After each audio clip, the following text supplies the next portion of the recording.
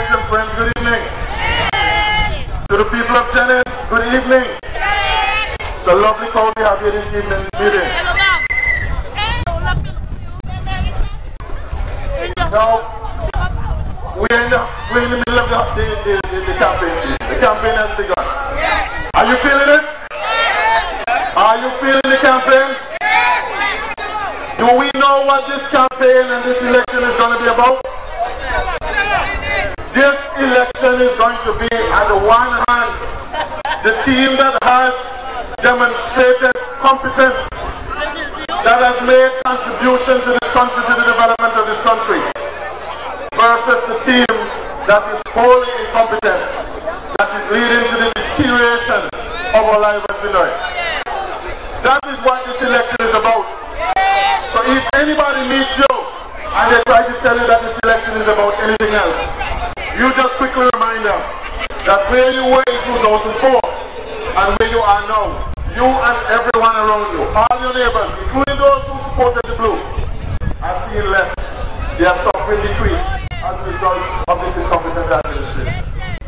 You know, last week we had a very nice meeting in Cooks Hill down in the Prime Minister's constituency. A very nice meeting. In fact, it's one of the better meetings that I've attended so far. So I think we're getting better at this. And tonight promises to be a good meeting and an even better meeting than the one we had in Cooks Hill. So I want you to pay close attention to what I'm saying. Last week, I had a very short, brief discussion. And I said to persons that I compared Prime Minister Baldwin Spencer to a man puppetry. Very simple, a man puppetry. You know, a man puppetry will always put out these poorly looking blossoms, but he will never bear. And do you know that someone heard it, I believe that it was played in ZDK, and somebody played it back, and as a consequence, a little old lady met me in town afterwards, and she said to me that she felt that I'd gone too far, and that I disrespected the Prime Minister. Now how could I? Now, I want you to date me, because in anything that we do, there always has to be a measure. A measure. If you are like me and you at the time in Sunday school and you make it your regular habit of going to church as often as you can, you might know the scripture that I'm referring to when it says the fruit of the Spirit. This is how we judge Christian people. The fruit of the Spirit is love, joy, peace, long-suffering, and you know the rest. And we can go on and on. We have a measure, and by our fruits we shall be known. So when I say that our Prime Minister is like a man puppetry, I can think of no better analogy.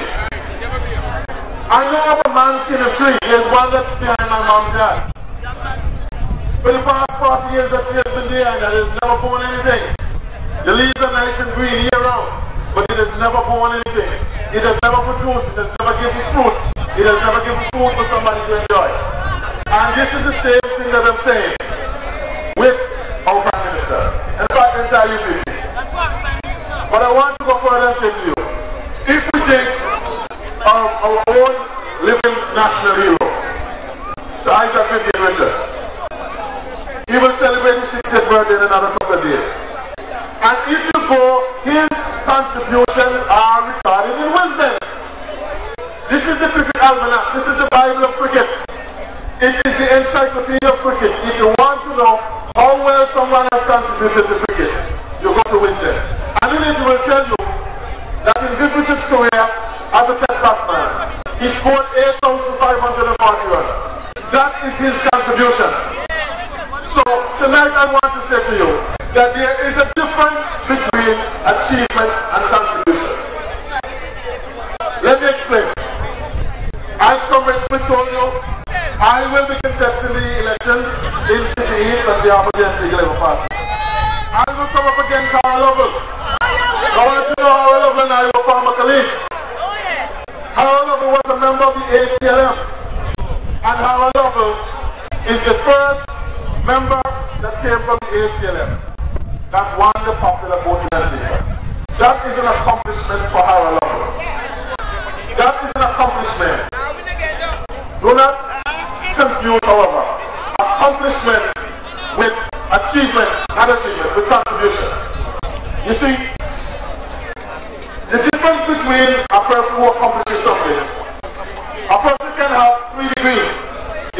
doctorate in something, a master's in something else, and a bachelor's in something else. That's achievement.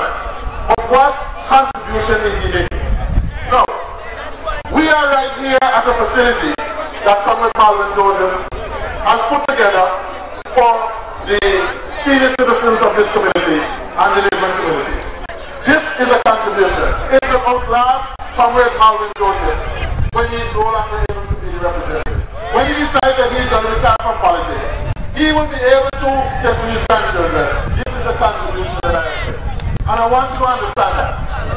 A few months ago when we were in Boland, I said to you that as an up-and-coming politician, I would be lucky when the people of City East gives me their support such that I am able to go to Parliament to represent them. But I should be lucky if I'm going to be able to make 1/10 of the contribution that some of the forerunners in the anti-Labour Party have made. The likes of B.C. Burr, Ernest Williams, the Shepherd brothers, Mr. Myers, and so on, all those people, Mr. Carroll, they have made some tremendous contributions. Lionel Hare Sr. have made tremendous contributions to transform a poor agrarian society into the modern society that we have today. Those were the guys who lived in the big boulders. My job, if I should be successful, working with the others in this modern iteration of the anti-Labour Party, is to ensure that we finish and we continue the work and improve upon the work that the forefathers have done. Now I want to show you that because of incompetence, because Mr. Spencer, and I want you all to agree with me that from now on we're going to refer to him as the man Coopertree. Because the man Coopertree came to office, and he came to office with the expectation that he should achieve. He wanted to be Prime Minister. He said at V.C. Bird's funeral that V.C. Bird did promise him that one day he would have risen to his heights. So he achieved it. But what is his contribution? He came to office without a plan, my people. He came to office without a plan, and as a result of coming to office without a plan, he planned to fail. He failed to plan, so he planned to fail. And because of that, your life has been the worst for him. Your life has become the worst for it. Each of you have suffered decrease in your own personal economy. The food that you buy in the supermarket is higher. You are paying a higher cost for electricity. Your money is not being raised. Whereas you had 3 and 4 persons employed in one household, you're now lucky if you have 1 or 2. Unemployment is increasing. Your life is becoming more and more miserable. Some people are unable to maintain their mortgages. Some people are unable to sustain their lives, unable to maintain the type of rent that they were accustomed to. All this is directly attributable to the fact that the man Coopertree Prime Minister that we have has failed to present a plan or to produce a plan that would ensure that he was able to build upon the successes of previous administration. But you know, if you speak with anyone in the administration now, or you speak with any of the UPP adherents now, they will still tell you that what you expect, it is the global economic crisis. So let's discuss this global economic crisis. It does exist around 2008. But you see, when it happened, prior to 2008, before the global economic crisis, the UPP had inherited the leading economy in the OECS. We were the richest economy in the OECS, seconded by St. Lucia and then by St. Kitts. We were the richest economy in the OECS. The OECS Central Bank and the strength of the EC dollar was based on the performance of the tourism-based economies, of which Antigua was a leading contributor. They depended on Antigua's success, and that is what the UPP inherited. What has become of our economy since then? What has become of our economy since then? Our economy was based, yes, on the ingestion of funds through tourism and our offshore banking sector and our offshore gaming sector. This is how we brought money to the country. But when money came into the country, we ensured that people had money to spend. And when people had money to spend, what did they do? They built houses, they bought cars, they did all manner of things. All of these modern supermarkets market that you see, we're dependent on an expanding economy and an expanding population with available income, disposable income to spend. The government said, you know what? You have too much money. The man who said, you were living amongst the means, above your means. And to rectify that, he decided to take it control. He decided to tax you. One major supermarket owner told me that prior to 2004, when he landed 5 containers at the port, he paid an average of 35% in taxes, fees, duties, and levies to clear those containers from the port. During the time of the A.L.P, when they introduced the ABST, it moved from 35% to 55%. Whose pocket did it in that country? In addition to the fact that they took as much as 15 to 20% of your income as personal income tax. And if that were bad enough, if they had something to show for it, if our schools were in a better position, our hospital was in a better position, our roads were in a better condition, the tourism facilities were in a better condition, our parks were in a better condition, it would not have been so bad. But what did they do with this money? On average, they were able to glean from your pockets an additional $200 million per year. And what did they do with it? They squandered it. And later tonight, Comrade Marlon Joseph will take us through and will take you through some of the excesses. We have seen what they have done with this money. Now we're getting back to this issue of the global economy. If the global economy was the real issue for it, then every one of us should be seeing decreases. Every one of us should be seeing decreases. Because the effect of the global economy, it compresses everything. And it ensures that all of us are suffering decrease. Well, not each of you are suffering decrease. What is Harold Lovell suffering personal decrease? Is Jack Walker suffering personal decrease? Is Joan Messiah suffering personal decrease? Is Jackie Quinn suffering personal decrease? How do you explain that? And how are they going to explain that to the suffering people in this community? That while you are suffering personal decrease, they are doing well. And they are seeing improvement. So I say to you, my dear comrades and friends, that we have a job to do this election. We have to educate each other. We have to strengthen each other. We have to put personal differences aside with anyone that we've had in the past in the Labour Party. We have to look at the reality of the situation and to recognize that we are recruiting people based on their competence to do a job, because incompetence suffering comes from incompetence. You can see it directly. So I want to say to you, my dear friend, we have this task now, and we are beginning to mobilize our forces, to mobilize ourselves, to get out there to ensure that come the next election, we will return Comrade Marlon Joseph to this seat here with a large majority. The responsibility is going to be with the new voters who are coming into the play, to go there to get registered, to equip yourself, to educate yourself. We don't want to be fully voters. Let nobody pull any wool over your eyes, and to understand that it is your future. You know, this afternoon, after paying my respects and attending the funeral of the mother of Comrade Mary Hearst, I took our comrade friend home, and on the way home she said to me, you know, Comrade Nicholas, how are we going to recover? How is the Labour Party going to be able to recover after we take office again?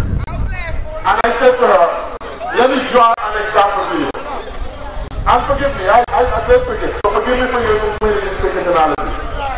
But there was a time that there was an Australian cricketer by the name of Greg Chappell. And Greg Chappell used to rival Viv Richards as the #1 batsman in the world.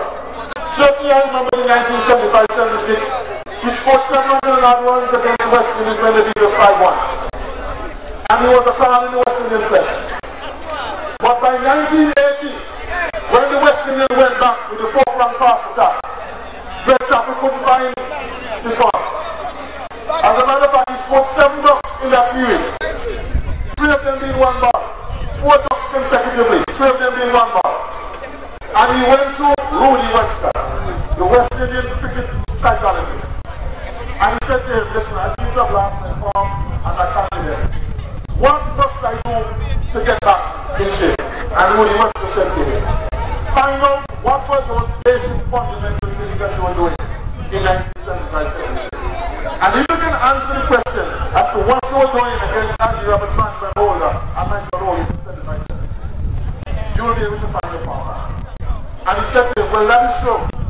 I kept my eyes on the ball from the time he left the bowler's hand. A basic fundamental thing like that. I kept my eyes on the ball. And he said, well, go back and do that. He went in the next and he practiced for 3 days. And he responded with 142. I'm saying to you, time is coming when I'm just going to roll after. But I'm saying to you, when the Labour Party gets back into office, it's some of those basic fundamental principles that have been used to create the kind of economy that we have. The idea that the money is the disposable income must be in your pockets, so that you have a choice in determining how you're going to spend your money. The money belongs to you. You work for it. It should be back in your hands. So this whole idea of understanding that consumerism and the behavior of consumers here affects the type of economy that we have. And we're going to be able to go back to some of those fundamentals. I will allow other speakers to come and to develop this point. I'm really glad that you have given me the full and undivided attention. I want to say to the young people in this area in particular, do not be disheartened. Get up here, get registered, get involved, and let us return Comrade Baldwin Joseph to office at the end of the next election with a large majority, such that we can continue to make the kind of lasting contribution that we have seen tonight. Thank you very much for listening.